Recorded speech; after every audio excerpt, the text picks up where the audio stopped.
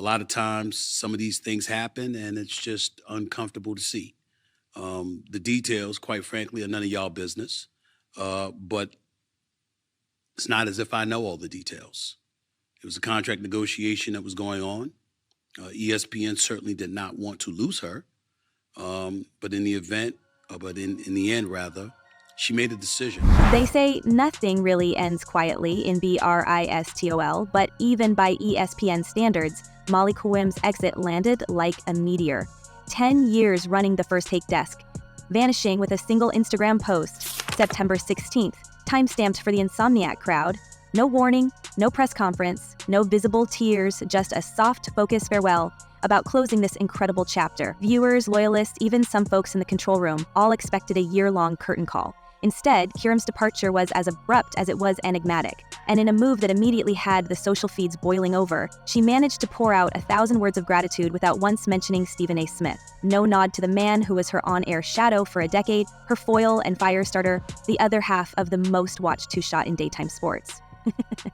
Even for a network built on manufactured debate, that was a plot twist nobody saw coming. I also wonder, bro, like from a human perspective, Molly was your sidekick for 10 years.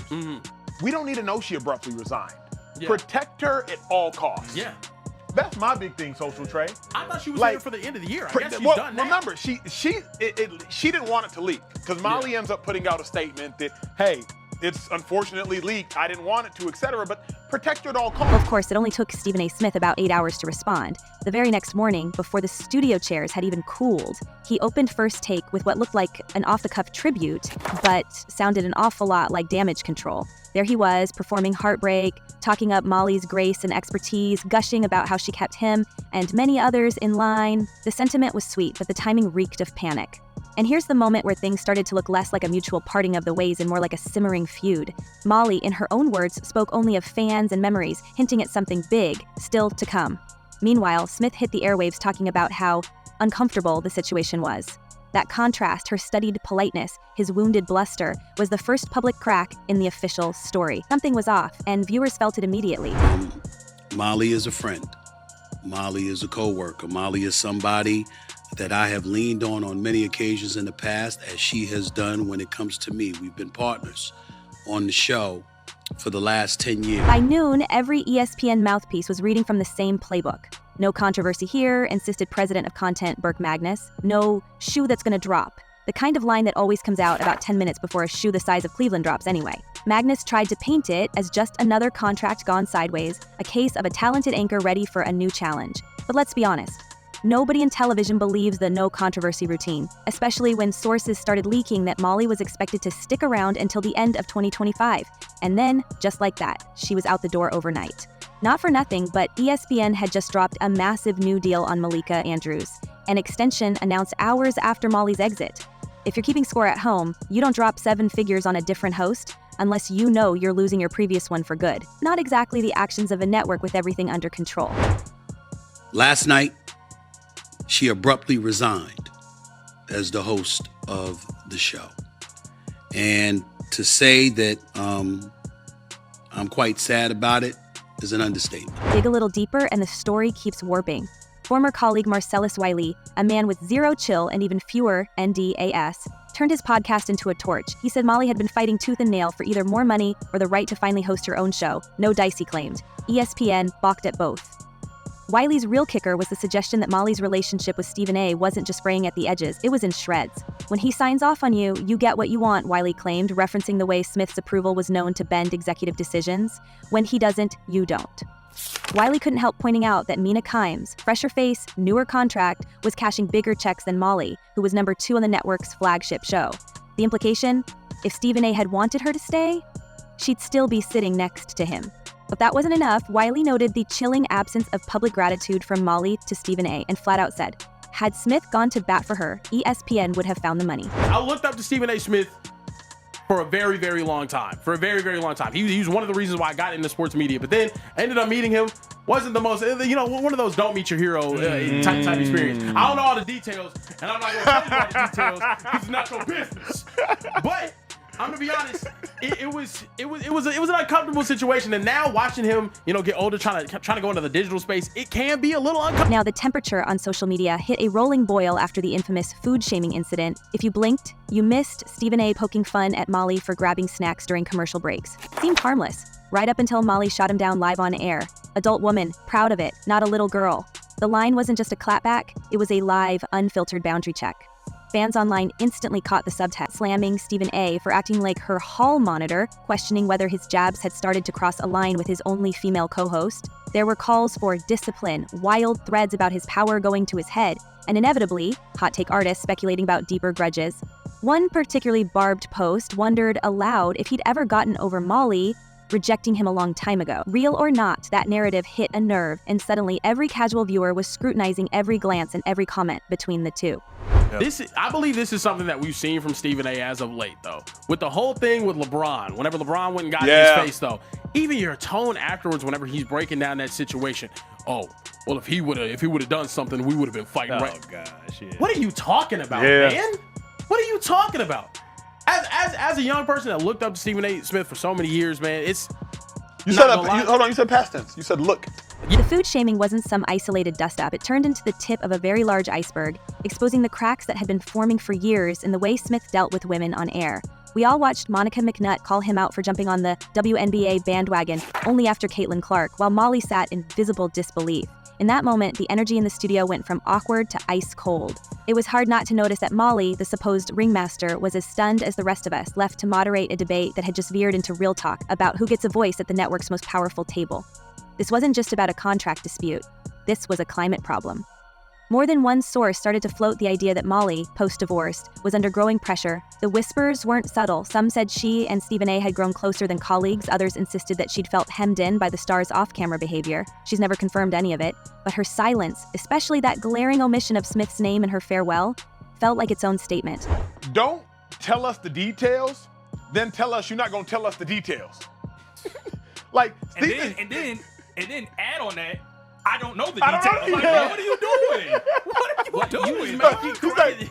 He said this. He said she abruptly resigned. That's a detail. Yeah. Mm-hmm. And then you're going to say, but don't ask me the details because I'm not going to tell y'all the details. That's none of y'all business. Behind the scenes, the tension was thick enough to cut with a steak knife. Industry insiders claimed the chemistry on set was all smoke and mirrors by the end. Molly's supporters pointed out that she was always the one reining things in, playing referee while Stephen A. played provocateur. And then came the post-divorce rumors. Had their friendship become something more? Had it crossed boundaries that couldn't be uncrossed? Every tabloid in the tri-state area seemed to have a source close to the situation claiming they'd seen flirty messages or late-night arguments in the ESPN parking lot. And yet, with all that swirling, Molly remained locked down. Never so much as a vague denial or explanation. That level of radio silence just poured gasoline on the rumor bonfire. Well, let's remember, wasn't it just last week Stephen A. was on air bragging about the people he stood up for to get paid and how many, Cam, I did it for Shannon Sharp and I did it for this person and that person. And when I look at the abrupt, I'm not coming into work tomorrow. Yeah. That also is maybe there's pointing a finger at Stephen A. By the time Stephen A. tried to re-seize the narrative, the damage was done. The details are none of y'all business, he insisted, live on his own YouTube show. It's not as if I know all the details. The doublespeak was hard to ignore. Why insist on privacy while hinting that you know more than you're saying? It was as if Smith couldn't decide whether he was an aggrieved ex-partner, a man in the dark, or someone holding back a secret. The ambiguity just made things worse. As former ESPN insiders and podcast hosts started picking apart every sentence, even Stephen A.'s usual swagger looked strained. He could barely stop himself from oversharing, lacing his statements with cryptic lines like, "Do I have an idea? Of course I do. Am I going to share it with you? No." The more he talked, the more obvious it became that something had gone very wrong behind the scenes. Something the public wasn't supposed to know, but couldn't help guessing about. There's no way to untangle what happened between Molly Qerim and Stephen A. Smith without staring the economics straight in the face. While fans still imagined the First Take desk as a partnership of equals, the numbers said otherwise. Multiple reports pegged Molly's salary under $1 million a year, a fraction of the price tag for her high-profile, high-pressure role. Meanwhile, the man to her right was pooling in a deal worth $100 million, his empire ballooning with every hot take. That kind of pay gap isn't just a spreadsheet oversight, it's a neon sign for who really runs the show. This wasn't just about unequal pay, it was about power flowing in one direction. As Marcellus Wiley hammered home, when he signs off on you, you get what you want. When he doesn't, you don't. In the corridors of ESPN, Smith's endorsement meant leverage, raises, and new contracts. Without it, even 10 years of on-air chemistry and ratings couldn't buy Molly a seat at the grown-ups table. Sources familiar with the negotiations said Molly wanted either a real raise or the freedom to host her own show, a leap that would have cost Stephen A. nothing except his sole spotlight. But with his backing conspicuously absent, those doors stayed closed. The other thing I thought, Steve, was when you pay Stephen A. Smith $20 million, that means, okay, well, whoever his co-host is, they're going to want an exorbitant amount of money. And so she may have been making $2.5, $3 million as the host. Well, when Stephen A. is sitting there making 20, well, maybe now she wants to make 10. For all the public drama swirling around her exit, it's easy to forget that Molly Qerim's escape from ESPN was less a retreat and more of a strategic pivot. Almost as soon as she closed out her tenure with that carefully worded Instagram post, the industry rumor mill started humming about a major offer from FOX Sports, one that dwarfed her reported ESPN paycheck. Sources close to the negotiations described a multi-year deal, allegedly worth millions, with promises of high-profile NFL and college football. There was Gardner football assignments, plus the chance to headline her own studio programming. It's a testament to Molly's market value that even as her former bosses hesitated to meet her demands, competitors wasted no time in rolling out the red carpet. There's a certain poetic irony in the timing. While ESPN's top brass wrung their hands over budgets and Stephen A.'s comfort, Molly's options multiplied overnight. When I heard that it was immediate, I was like, oh, she must already have a job lined up. Mm-hmm. And the job that she has lined up must be some sort of competitor to ESPN. And so that made me, is she going to Fox Sports? The calculus here is impossible to ignore. Molly didn't walk away from sports television itself. She left the gravitational pull of Stephen A. Smith, the network's alpha voice, and the suffocating pecking order that came with it. With rival offers piling up, it's clear she was never as trapped as ESPN's contract wrangling made her appear.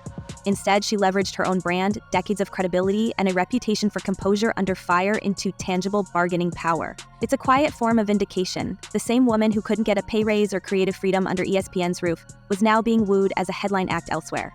Her story stopped being about what Stephen A. would allow and became about what the rest of the industry already saw in her. I think we'll start with Molly Qerim.